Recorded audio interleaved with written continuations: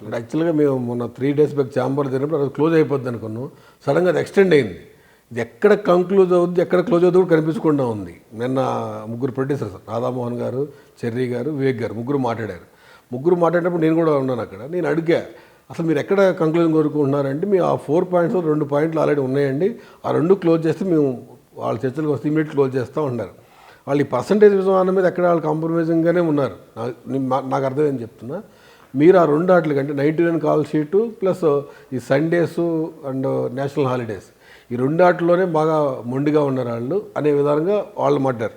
నిన్న మాట్లాడిన వాళ్ళు ముగ్గురు కూడా. మీరు ఆ 2 ఆటలు ఏమైనా సడలింపించి 4 ఆటలకు ఓకే, మాకు వేతనాలు పెంచండి, మేము పనిలోకి వస్తామంటే సిద్ధంగా ఉన్నారా? మేము ఒకటే అండి దాని మీద క్లారిటీ ఉద్దేశం.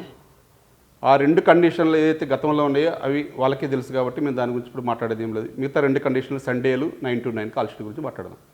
ఇవి మేము సభ్యులు డైరెక్ట్గా అయితే ఎవరు ఒప్పుకోరండి. మా సభ్యులు ఏ ఒక్క యూనియన్ ఒప్పుకోదు. కానీ మీరు ఇచ్చే వరం ఏంటో, మీరు ఇచ్చే బెనిఫిట్ ఏంటో చెప్తే మేము అందరినీ ఒప్పిస్తానని చెప్పి నేను అదే ఛాంబర్ సమక్షంలో మాట ఇచ్చాము. ఇప్పుడు కూడా మేము ఒప్పించడానికి ప్రయత్నం చేస్తాం. వితిన్ డేలోనే చేస్తాం. దాన్ని కాలయాపన చేసి మేము వాళ్ళలాగా మేము రేపు పొద్దున్న చెప్తాం మేము మాది ఉండదండి. మేము ఒప్పించడానికి మన నిర్మాత కోసం ఒప్పించడానికి ప్రయత్నం చేస్తాం. కానీ మీరు ఇచ్చే బెనిఫిట్ ఏంటో మాకు తెలియాలి. బెనిఫిట్ లేకుండా ఎందుకు ఒప్పుకోవాలనేది మా సభ్యుల యొక్క ప్రశ్న. ఆ ప్రశ్నకు సమాధానం లేకుండా నేను బయటికి పోయి ఏమని ఒప్పిస్తాను వాళ్ళని? సింపుల్ లాజిక్ అండి. ఇక్కడ చిన్న పాయింట్ దగ్గర ఆగింది, వేరే పెద్ద పాయింట్ ఏం లేదు. మేము కండిషన్లు ఒప్పుకుంటే వాళ్ళు చెప్తా ఉన్నారు, మేము కండిషన్లు ఒప్పుకున్నాం. ఇప్పుడు చెప్తే అయిపోతుంది కదా. మేము ఒక 1 day 24 hours తీసుకుంటాము. ఫెడరేషన్ మీటింగ్ పెట్టుకోవాలి. 24 యూనియన్లో వాళ్ళకి సభ్యులను ఒప్పించాలి కదండి. ఒకళ్ళిద్దరు ఒప్పుకోరు. కానీ మేము ఇట్లా ఉంది మన పరిస్థితి ఇది కావాలంటే మిమ్మల్ని కూడా నిర్మాతలు కూడా సహాయం కూడా తీసుకుంటాం. కొంత పెద్ద నిర్మాతలని ఒక యూనియన్కి పిలిచి కొందరు ఒక 10 నిమిషాలు మీరు కూడా వివరించండి, మీరు వివరించి వెళ్ళండి, మేము ఒప్పించుకుంటామని చెప్పేసి కావాలంటే వాళ్ళ హెల్ప్ కూడా తీసుకుంటాం. మేము అసలు ఏమీ చెప్పకుండా మమ్మల్ని సందిగ్ధంలో పడేసి బయటకు వచ్చేసి మేము ఒప్పుకున్నాం, వాళ్ళే ఫెడరేషన్ వాళ్ళు నాటకాలు ఆడుతున్నారు, ఫెడరేషన్ వాళ్ళు ఒప్పుకోవట్లేదు అంటే ఇక్కడ సభ్యుల్లో అయోమయ పరిస్థితి ఏర్పడుతుంది.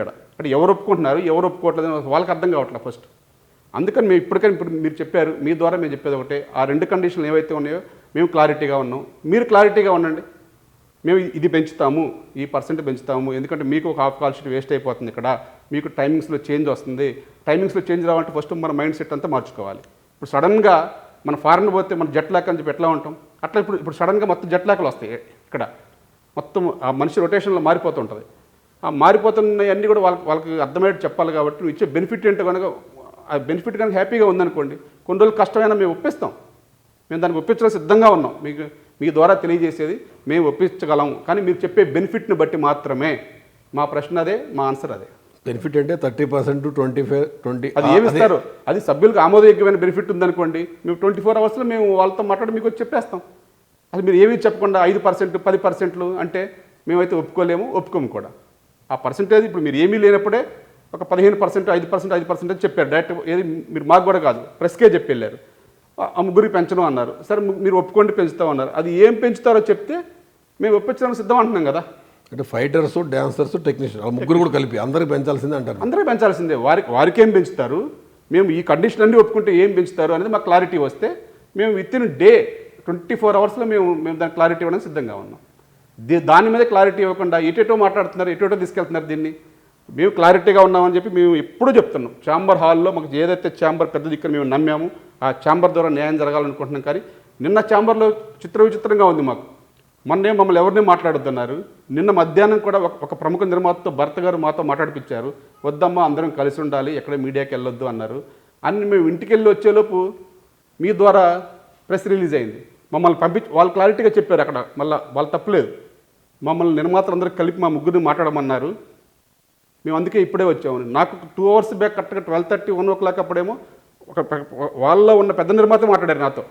ఆ ముగ్గురులో లేరు కానీ రోజు మీటింగ్ వచ్చి పెద్ద నిర్మాతతో మాట్లాడిపించారు. వద్దమ్మా ఇటువంటి ఏమొద్దు, ఈ సమస్య పరిష్కారం అయింది, ఆ కండిషన్లు ఒప్పించు అంటే నేను ఒప్పించడానికి ప్రయత్నం చేస్తాను సార్, నాకు అది చెప్పండి.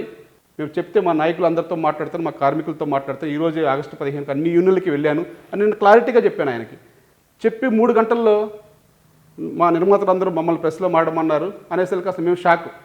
మమ్మల్ని మాట్లాడొద్దు అంటే ఏంది, ఈ ద్వంద్వ వైఖరులు ఏంటి, ఈ దోబుచ్చులాటలు ఏంటో మాకు అర్థం కావట్లేదు.